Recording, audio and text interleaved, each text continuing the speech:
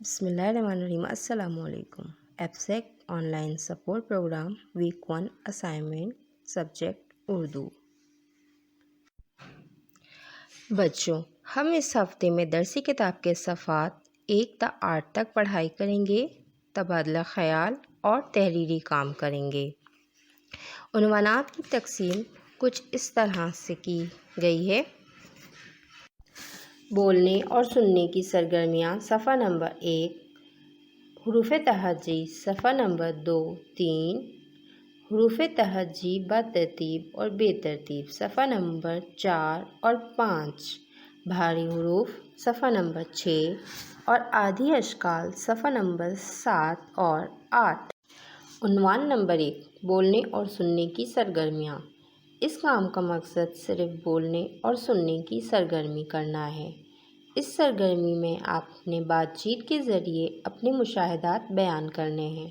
درسی کتاب صفحہ نمبر 1 پر دی گئی تصویر کا جائزہ لیجیے، بغور مشاہدہ کیجیے اور ان میں نظر آنے والی چیزوں اور سرگرمیوں کو دیکھ کر بتائیں کہ بچے کہاں ہیں، کس جگہ پر ہیں اور کیا کر رہے ہیں۔ تصویر کو دیکھ کر اپنی کسی چھٹی یا پکنک کے دن کو بھی ذہن میں رکھتے ہوئے چند جملے بیان کیجیے۔ عنوان نمبر 2، حروف تہجی۔ بچوں، آپ نے پچھلی جماعت پریپ میں حروف تہجی اور ان سے بننے والے الفاظ سیکھے ہیں۔ آج ان کی دہرائی کیجیے۔ درسی کتاب کے صفحہ نمبر 2 اور 3 پر حروف تہجی کو تصاویر کی مدد سے پڑھیں، جیسے الف انار، ب بطخ، پ پتنگ۔ عنوان نمبر 3، حروف تہجی بترتیب اور بے ترتیب۔ بچوں، آپ جانتے ہیں حروف تہجی کسے کہتے ہیں؟ الف، ب، پ سے بڑی ی تک حروف تہجی کہلاتے ہیں۔ درسی کتاب صفحہ نمبر 4 اور 5 پر دیے گئے حروف تہجی کے چارٹ، حروف تہجی بترتیب اور حروف تہجی بے ترتیب کی پڑھائی کیجیے اور ایک الگ صفحے پر الف تا بڑی ی بترتیب حروف تہجی لکھیں اور ان کی املا کریں۔ عنوان نمبر 4، بھاری حروف۔ بچوں، پریپ کلاس میں آپ نے بھاری حروف بھی پڑھے تھے۔